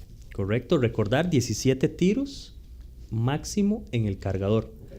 Que se puede tener uno más en recámara, 17 más 1, pero máximo en el cargador en el momento 17 tiros. O sea, todos los cargadores en Costa Rica tienen que ser de 17 o de menos. Correcto. Que sí ha pasado que a veces vienen unos cargadores originales del arma de 17 municiones y que en el arma a veces viene un expansor de capacidad. Entonces usted colocándole a eso, que en algún momento no lo era necesariamente ilegal, y porta su cargador de esa manera, automáticamente es una modificación y entonces le pueden decomisar el arma y procesarlo, entonces no se la juegue. Ya no puede andar como antes 19 tiros más uno, ¿verdad? Que hay armas que sí tienen esa capacidad. ¿Qué resolvió? ¿Quién fue el PAC? ¿El pack? Sí, ¿qué resolvió el PAC con eso? Absolutamente No sé, nada. porque los números no lo reflejan, pero esa es una de las Absolutamente genialidades. nada, porque vea qué curioso. Bueno, ahí nos estamos metiendo en otro tema, pero vea qué curioso porque usted no puede andar un cargador de 19 tiros en un arma que venga ya de fábrica con 19 tiros, pero puede andar 10 cargadores de 17 y la ley no lo prohíbe. Entonces es una norma totalmente absurda. Pero Sí, bueno, y la delincuencia anda cargadores extendidos de de 30, de armas 35. prohibidas. caracoles, toda esa Sí, vaina. es absurdo. Pero no me den bola ahí, no me den bola. Ok, entonces yo volviendo creo a que la... con este tema que me está mencionando Eduardo, va el tema de los tamaños de las armas, porque estamos hablando de capacidad. Entonces, tal vez comentarle a la gente que cuando vayan a buscar un arma, a una armería, van a toparse con principalmente 3 categorías en lo que es el tamaño del arma. Hablando de pistolas, ¿verdad? Hablando de pistolas, entonces las armas full size o de tamaño grande, las armas compactas, las armas subcompactas. Hay otras que son las microcompactas. Esas son un poco menos comunes, ya eso es otro nicho, un toquecito menos común, pero por lo general cuando alguien va a una armería y topa ahí en la urna con armas, va a estar viendo o armas full size, armas compactas y armas subcompactas. Y ahí es donde uno tiene que empezar a hacer comparación de todo esto que hemos hablado y ahí tiene que empezar a sopesar, ok, quiero un arma que me dé mucha capacidad, esa me gusta, pero está muy grande, muy incómoda de portar. Esa otra me gusta, está más cómoda, pero me da mucho menos munición en relación a esa otra. Entonces ahí uno tiene que empezar a comparar un poquitito y ahí era donde venía el tema de si se puede probar y todo eso el arma, pero si no se puede, hay que contemplar que esos diferentes tipos de tamaño también están diseñados para diferentes tipos de cosas. Por ejemplo, las full size, casi nadie, y es muy inusual que alguien porte un arma full size, un arma de las grandes. Sí hay gente que porta armas full size, pero es muy poco común, porque es un arma grande, es un arma muy pesada, es un arma incómoda para portar. Casi siempre cuando hablamos de portación oculta nos vamos a quedar en armas compactas o en armas subcompactas, y ahí es donde uno empieza a hacer comparaciones, porque hay armas ahora con la tecnología y diseños que hay hoy en día, hay armas subcompactas que son un toquecito más pequeñitas, pero me dan la misma capacidad que un arma compacta. Sí, el cañón es más por el corto, diseño, pero el cañón es más corto. Entonces, ¿qué quiere decir eso? Entonces, bueno, pero si me dan me da igual capacidad que una un poquitito más grande, prefiero la pequeña para portarla más cómodo. Ok, perfecto. Nada más entienda esto. El arma entre más pequeñita es un poco más difícil de controlar porque tiene más retroceso. Por eso los tiradores deportivos por lo general disparan con armas full size y armas que son más pesadas, están diseñadas para tener más peso. Inclusive hay muchos que al arma, después de comprarla, le ponen accesorios para darle más peso todavía, porque el arma entre más pesada y más grande es más fácil controlar el retroceso.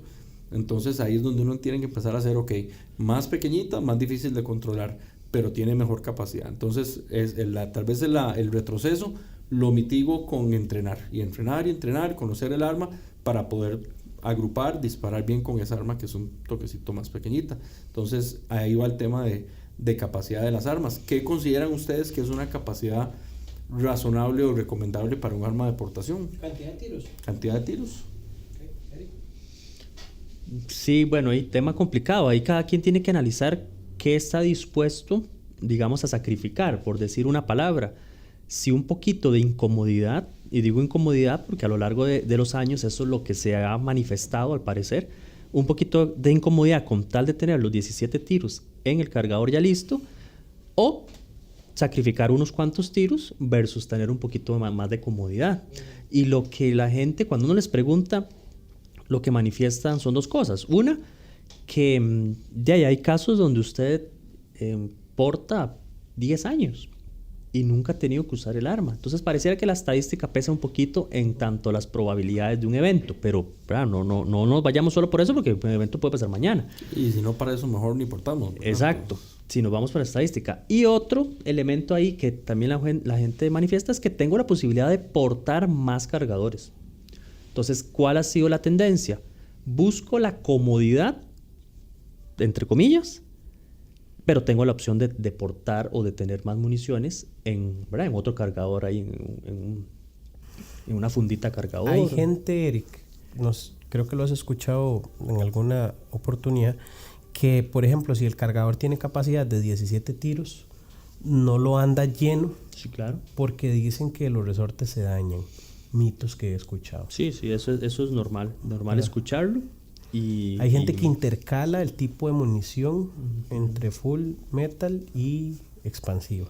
Sí, hay gente que todos los días... hemos hecho episodio de eso. Eso está para un episodio. Creo que se comentó en algún momento, pero no. Yo creo que algo tenía que ver con el tiro en boca. No sé, por ahí.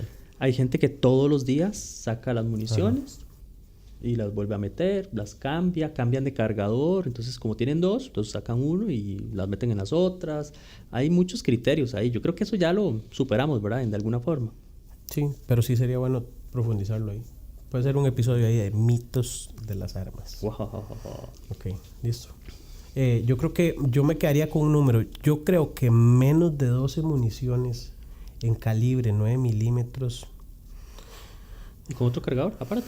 Es que ahí sigue siendo incómodo, lo hace un poquito incómodo. Es que no, bueno, sí, obviamente tiene un aspecto ahí, pero vieras que a mí me pone mucho a pensar en el tema de más allá del tema del entrenamiento, porque se supone que un portador responsable tiene que tener un entrenamiento constante. El tema de la, ¿cómo te digo? Como esa psicología en realidad del escenario defensivo. ¿Qué tan real es? ¿Qué tan real se vuelve en la práctica cuando una persona en realidad tiene que hacer un cambio de cargador? Sí, ¿verdad? ¿Qué tanto lo practica? Eso mismo. Entonces, pucha, yo decirle a una persona que no sé necesariamente, conociendo la cultura que tenemos aquí en el país, en el tema de armas y más allá del entrenamiento, decirle que de verdad se haga consciente de que estés lo suficientemente capacitado para hacer cambios de cargador en un escenario ofensivo. No sé ustedes, pero a mí me da como... Y ahí entra el mito también que... Inclusive esto me lo dijeron. Perdón. Para que sí tiene que entrenarlo. Aunque no haya otro cargador. Que tenga 17. Sí, que después no se diga, están diciendo que cambios de cargadores en un escenario defensivo. No tiene que entrenarlo. Ese más bien es el punto. Perdón, Murillo. Sí. No, que lo que una vez a mí me dijeron en una armería, una vez que entré a consultar por un arma, que yo hice una consulta ahí con tema de capacidad del arma y en la armería la persona que me atendió me dijo, bueno, es que realmente si no lo hace, lo que no hizo con 3 no lo va a hacer con 5, no lo va a hacer con 7.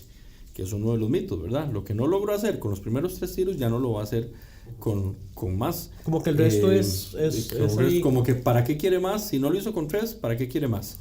Y ya a lo largo de personas que hemos tenido acá sentadas con nosotros, ya nosotros hemos podido ver que las cosas no son así, ¿verdad? Ya hemos podido determinar cómo realmente funcionan los enfrentamientos defensivos, lo rápido que se gasta la munición en un enfrentamiento defensivo, lo rápido que usted se queda casi que con el cargador vacío y ni cuenta se dio en qué momento. Entonces el tema de la capacidad sí yo creo que es un criterio importante.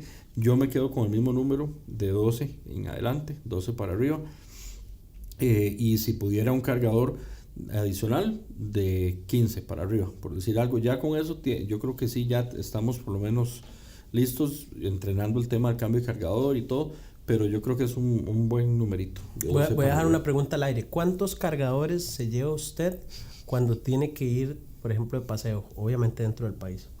Entonces usted se lleva su arma. ¿Con cuántos cargadores usted se siente tranquilo que va a ir a quedarse un fin de semana fuera de su casa? ¿Para responder nosotros? No, otro día. Ajá. ¿Está bien?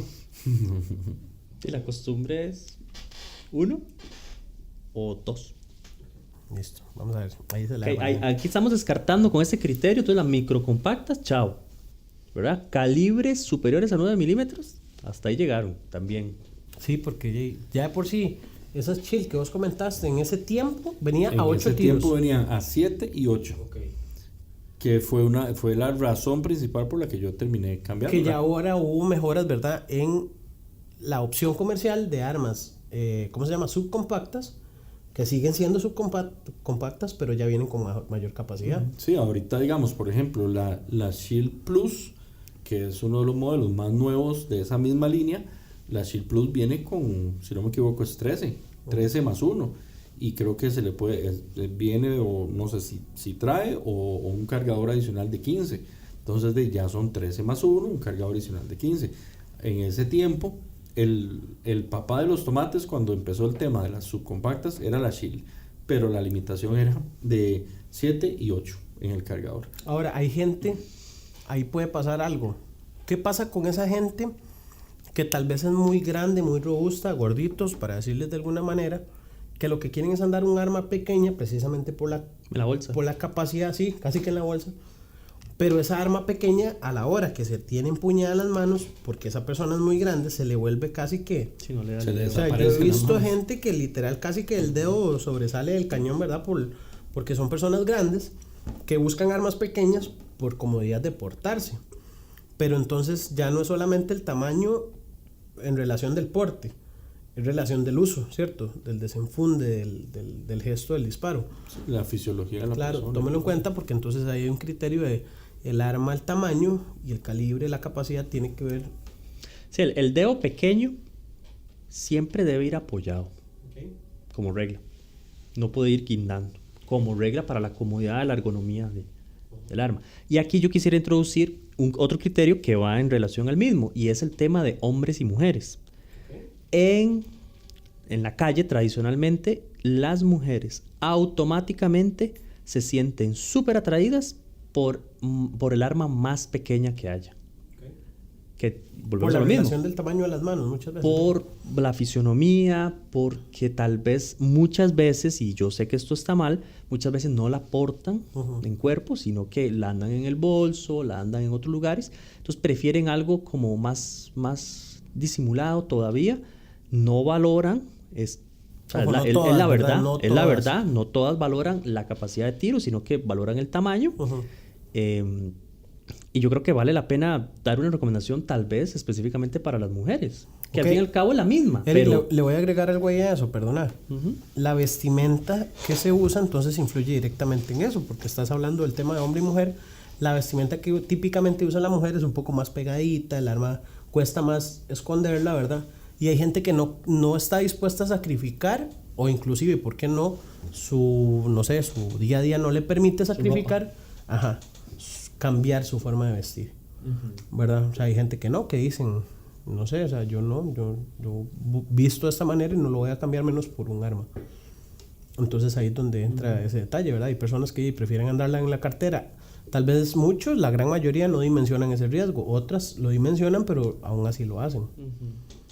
Yo creo que independientemente de hombres y mujeres, independientemente de tamaño y de capacidad de tiro, creo que la recomendación, que por lo menos los tres coincidimos, es que sea de 12 tiros para arriba, que ahí resume muchas cosas. Si es mujer y le gustan las armas pequeñas, está bien, pero intente buscar una de 12 tiros. Si es hombre, intente buscar una de 12 para arriba, dependiendo del tamaño de sus manos, etcétera, como abarcando este último criterio.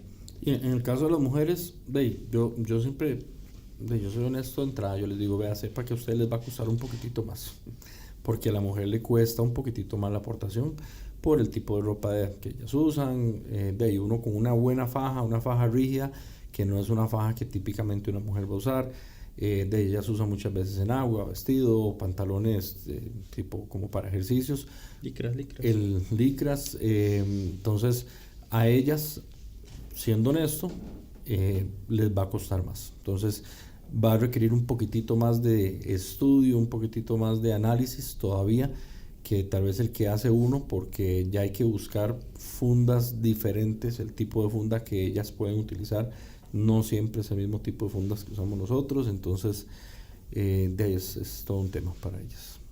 Ok. Yo voy a agregar otro, ¿o lo agregas vos? No, es el mismo que vos vas a agregar, obviamente. Por eso le iba a decir, dígalo ustedes, pues mejor yo repito. Ok.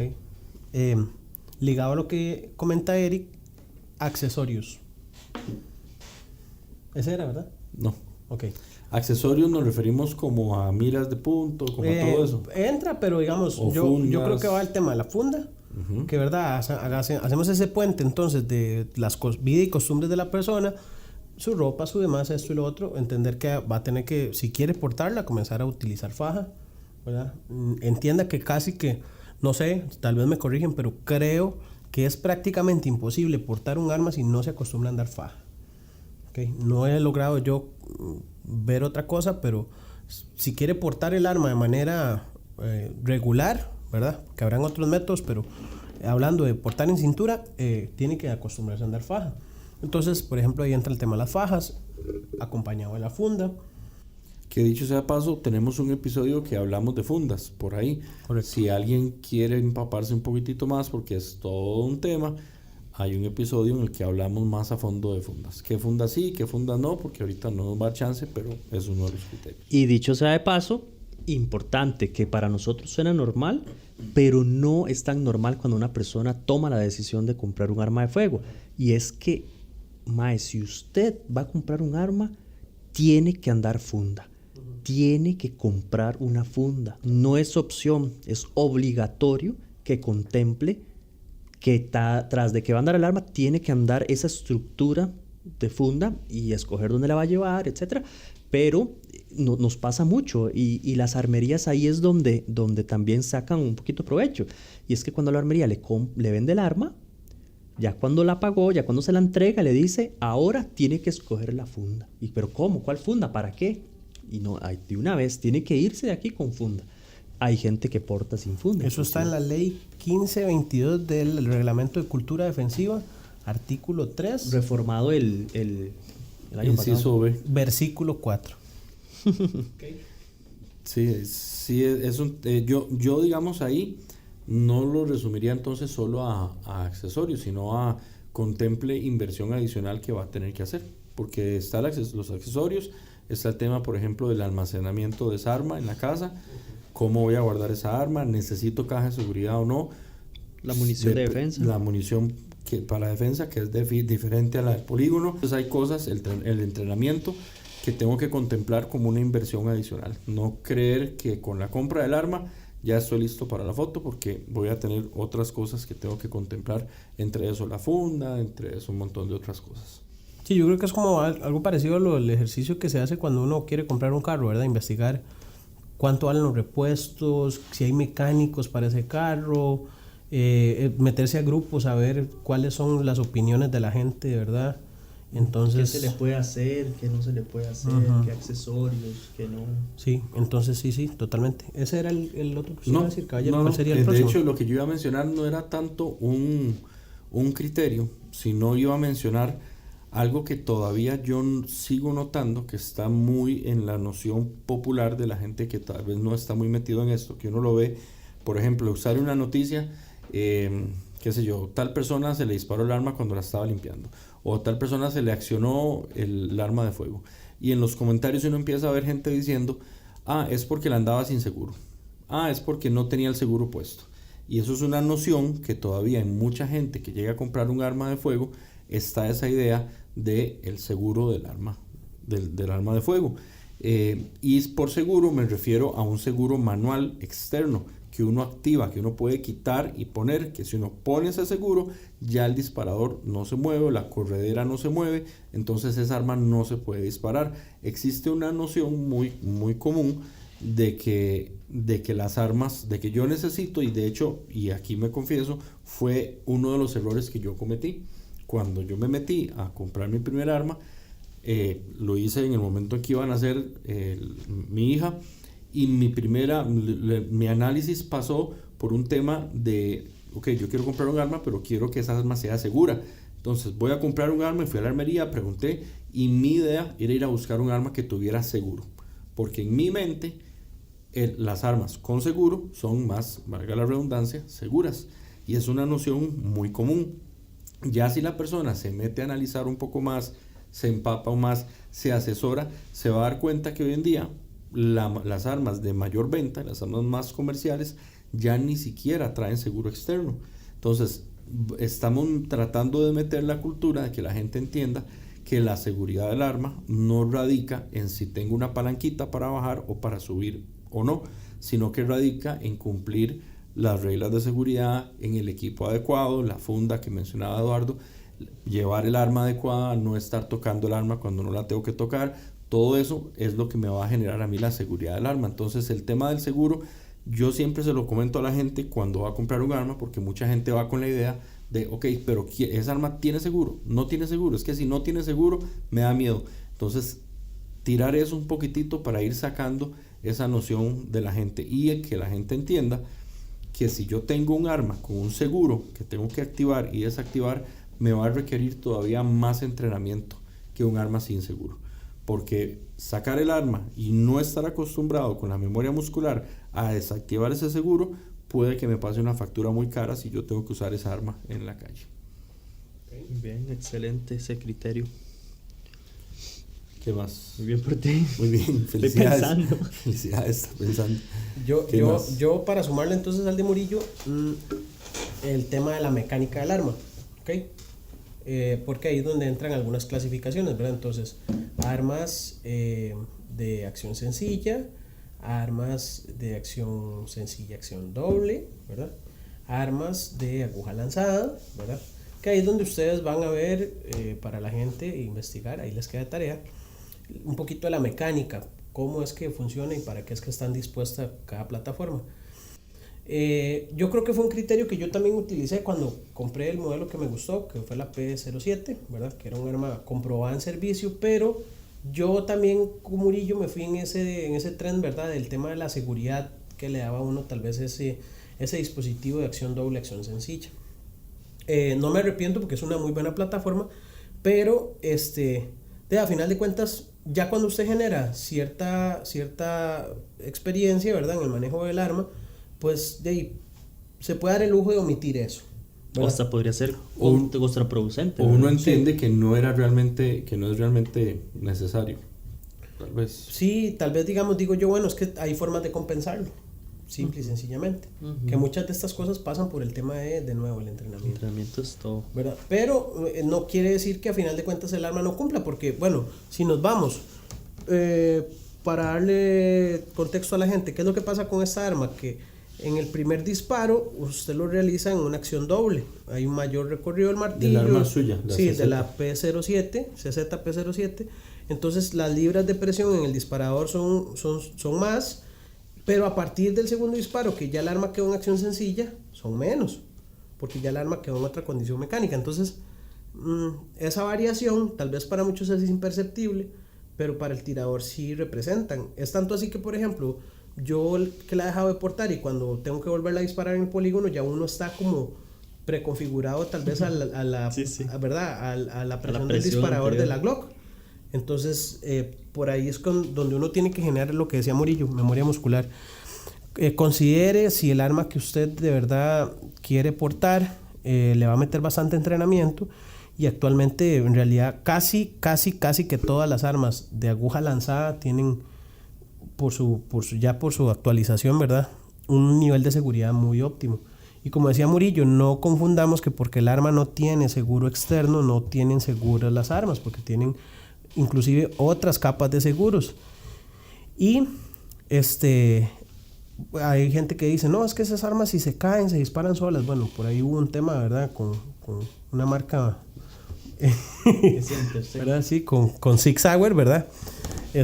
Pero bueno, fue un tema, a final de cuentas pasó, sí hubieron disparos no intencionados, ¿verdad?, con armas que se caían y demás, pero no a la tendencia, o sea, fue la excepción a la regla.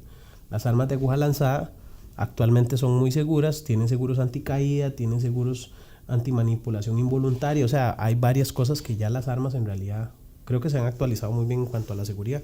La mecánica del arma, como consejo les doy, bueno, aquí en el instituto se dan cursos de mecánica, de armería. Si usted en algún momento quiere invertir en un conocimiento un poco más especializado, lleve un curso de esos. Nunca está de más el conocimiento, y menos si va obviamente aprovechado, ligado a la seguridad de usted como portador. Eso sí le digo, o sea, usted va a salir conociendo más su arma, que a final de cuentas eso es lo que entrega, ¿verdad? El beneficio de la confianza, de usted entender qué es la máquina que usted tiene, de ahí obviamente la va a manipular de manera más segura. Eso es lo que creo yo de los principales beneficios que entrega, ¿verdad? Hubo un tema, creo que ya lo superamos, pero no sé si vale la pena mencionarlo, y es que con una marca en específico se valoraba el lugar donde se creó, la fábrica de donde salía esa arma.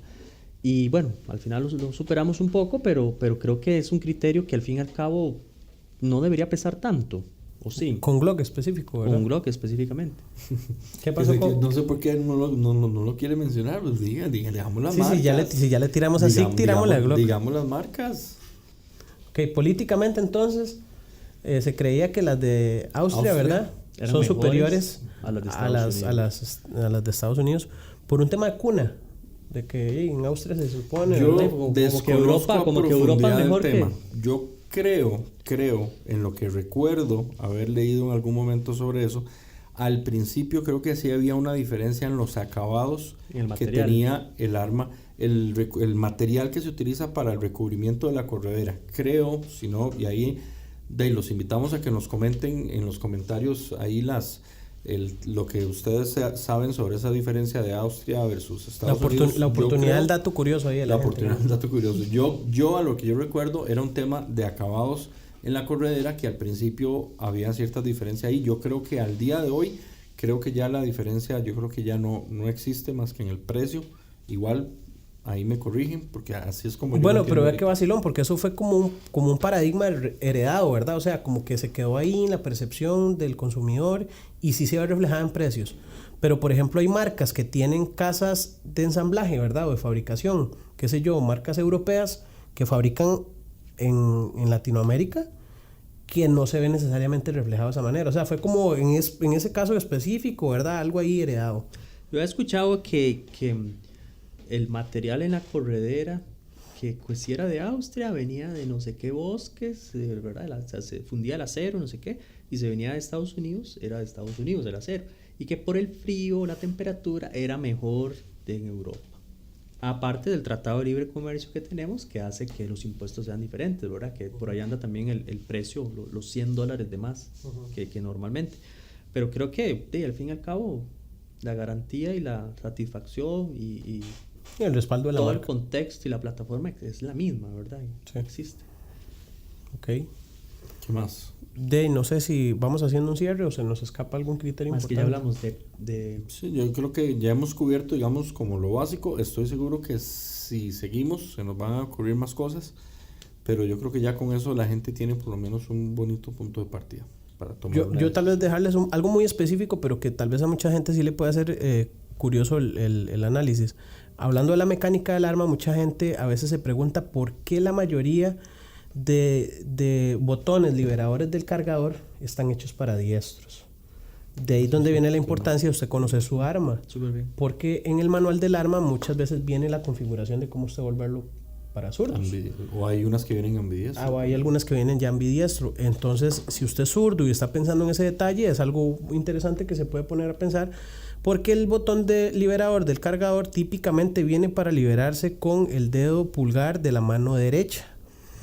Y habría que ver ya en la plataforma si usted puede hacer la modificación o si es necesariamente ambidiestro. Es un detalle muy específico, pero que a un pero no grupo crea importante- eso para una persona que es zurda, eso le puede cambiar la Sí, vida el completamente. cerrojo, el liberador Nosotros lo hemos del visto, cargador. gente tratando de manipular zurdos con los controles para un diestro y es muy complicado. Requiere, ya es algo que si no se logra hacer ese ajuste en la configuración del arma, requiere todavía más entrenamiento. ¿Cómo lo voy a hacer si el arma viene configurada? Y ahí sí hay un revés? toque, ¿verdad? Lo que dice Eric, la recámara de expulsión, ¿verdad? También. Viene totalmente configurada y ahí sí es... Sí, en Costa Rica el 90% de armas que ingresan son para derecho. Ujú. Entonces, Más, diría yo casi. No. es que hay unas que vienen ambidiestras. O sea, existen armas para derechos y ambidiestras, que al final traen el liberador del el cerrojo, el liberador de la corredera o el liberador del cargador, lo traen como a los dos lados. ¿Qué es en la práctica lo que hemos tenido que hacer? Que lo ha optado por hacer la mayoría de gente, es que se convierten en derechos pues, para el tema de la manipulación del arma. Y ahí poco a poco hay que hacer más trabajo, ¿verdad? Porque no es la mano fuerte, por decir algo, pero así es como se ha más o menos intentado resolver. Y sin dejar de lado que en el enfrentamiento, ¿verdad? Al final, si sos derecho o sos izquierdo, tal vez no es tan relevante, menos que tenga que hacer un cambio de cargador, se me ocurre. Eso, y también va relacionado con el tema del ojo dominante, También. ¿verdad? Entonces, si yo puedo adquirir la destreza de disparar con la mano de apoyo, ¿verdad? Porque de hecho es algo que se le manda a entrenar a la gente. Si usted es derecho, entrena a disparar con la mano izquierda también, porque le puede tocar hacer cambios de cargador y ya es todo un reto, ¿verdad? Pero con el ojo dominante sí es a veces un toquecillo jodido, ¿verdad? Porque hay gente con lateralidad cruzada, que ya hay que verle algunos aspectos, pero ahí les queda la tarea para que busque un poquito de leer a la gente ahí también. Que ya va más relacionado con el tema del entrenamiento, pero sí, bueno, recuerden que nosotros siempre aquí lo que impulsamos es entrene, capacítese, lea, no se crea todo lo que le estamos diciendo, nos puede corregir, nos podemos equivocar, pero lo que estamos intentando es dejar por lo menos las bases para que ustedes se orienten. ¿Ese es el cierre? No. Ya casi. Sí, no. ¿Qué mensaje final cada uno? Sí, porque... Ya sé. Bueno, yo como mensaje final y en resumen de todo lo que hemos hablado hoy, la mejor recomendación que puedo dar es asesórese. Asesórese con alguien imparcial. Asesórese con alguien que sepa, pero que no te motive específicamente a comprar un arma, sino que demuestre cierta objetividad y cierta imparcialidad, porque a como esa persona le pudo haber servido el arma y le gustó, recomienda esa misma arma, pero tal vez no sea la adecuada. Asesórese con personas objetivas que sepan del tema y si se puede, que sí es posible, pruebe el arma. Pruebe el arma. Obviamente no la misma que compra porque no se puede, pero una igual en algún polígono y que ahí a través del instructor o a través de su investigación, su poco conocimiento, intente, digamos, deducir ciertas cosas como comodidad en la empuñadura, retroceso, etc. Cosas que dejamos claras como recomendación, sí, más puntuales: 9 milímetros, 12 municiones o más. Ya ahí les estamos dando una referencia de cuál creemos nosotros que puede ser el tamaño adecuado. Marcas, hablamos de varias, pero no estamos cerrándonos a que una es mejor que otra. Tamaños, costos. El costo, ya lo mencionamos, no debería influir en absolutamente nada. Y al fin y al cabo, la recomendación es asesórese, pruebe el arma y que realmente esté seguro de la decisión que va a tomar. Bueno, yo cerraría. Bueno, el episodio ha sido sobre criterios, recomendaciones para escoger la primera arma. Partiendo de ahí, yo esperaría que este episodio le llegue a personas que todavía no han dado ese paso de comprar su arma de fuego. Entonces, mi cierre va orientado hacia a todas esas personas que ojalá les llegue este episodio, que lo están contemplando, que tal vez ya tomaron la decisión pero no han comprado o lo están apenas empezando a analizar, es que asuman y que entiendan la responsabilidad que conlleva el tema del arma de fuego. Yo sé, por ejemplo, que en el caso de los polígonos, a los polígonos les sirve que todo el mundo compre un arma de fuego, porque eso es más gente haciendo los requisitos. Independiente de la marca. Independiente de la marca, las armerías les sirve vender. Yo siempre digo que a mí como portador no me interesa tanto la cantidad de gente que tenga un arma, sino la calidad de la gente que va a tener un arma de fuego. Entonces, la recomendación mía va a ser en ese sentido: asuman la responsabilidad, vean el montón de cosas, y aquí estamos como raspando apenas la superficie de cosas que hay que analizar en relación a la compra de un arma de fuego, y sin mencionar otro montón de cosas que van más orientados al tema de manipulación segura y la responsabilidad que se requiere con el arma. Entonces, para que lo asuman como eso, como algo muy importante, esa noción de no, es que yo solo quiero un arma para tenerla en la casa ahí por si acaso, y ahí queda la compra del arma y esa persona no se molestó en capacitarse, en comprar una caja fuerte, en llevar un taller de legítima defensa. Esos casos son los que termina uno luego viendo noticias de tal menor de edad llegó y agarró el arma del papá y le disparó a otra persona, porque esa arma estaba ahí en la nada, olvidada, porque esa persona nunca asumió la responsabilidad que se requiere tener un arma de fuego. No pretendemos engañar a nadie, no es un proceso barato, no es un proceso fácil, no es un proceso rápido, es una curva de aprendizaje constante. Yo creo que nunca deja uno de aprender, nunca uno deja de invertir. Prefiero la palabra invertir que gastar, porque cuando uno gasta piensa que ya se fue la plata y ya hasta ahí llegó. Cuando uno invierte lo hace con la noción de que ese dinero en algún momento se le retribuye a uno, y en este caso sería en función de tal vez si yo tengo que usar mi arma para defenderme, pues esa inversión de entrenamiento, de capacitación, del equipo adecuado, la voy a recuperar en ese momento si logro protegerme o proteger a algún ser querido. Pero ese sería mi cierre. Nada más asúmalo como una responsabilidad, como un tema muy serio. Si lo pensó, si se decidió, si ya consideró todo esto, dele, pero métase de verdad. Ok, yo mi cierre sería una recomendación, no sé, un poquito, nos cuesta a todos a todo nivel, pero es intente seguir las instrucciones. Con eso me refiero a, por ejemplo, sé que no es el episodio, pero bueno, si ya se va a meter a hacer la compra, léase la ley de armas y explosivos. Si va a hacer la tarea, que esa es la encomienda ahorita, haga la tarea de investigación. Ojalá montese una tablita, un Excel, un cuaderno, pero compare usted precios, modelos, calibres, todo lo que hablamos. Compárelo, pero registre lo que usted sienta que tomó una decisión un poquito pensada. No lo haga a la ligera y no se vaya como sí me tocó ver una vez una persona que llegó a preguntar en una armería ¿cuánto vale tal arma? Le dieron el precio y el mae le dice ok, cóbremela. Y él pensaba, ¿verdad? El vendedor le tuvo que hacer la aclaración de que no era que se la pagaba y se la iba a llevar. O sea, esa era la noción que la persona llevaba. Yo llego, pago y me la llevo. No tome esas decisiones en caliente porque no es así. En temas de armas no es así. Entonces, uno tiene que darse la tarea de eso, de leer, de investigar, de seguir instrucciones. Léase el manual de su arma. Cuando usted se la compra, por lo menos léaselo. Creo que es una costumbre que no sé si es cultural o qué será, pero muy pocos nos ponemos a leer las instrucciones de las cosas, ¿verdad? Y a veces hay detalles que sí calan, y si puede calar de manera positiva en temas de seguridad y demás, bienvenido. Y por lo menos ya conoce un poquito más a lo que se atiene, porque también a veces hay gente que se jala tortas con las armas.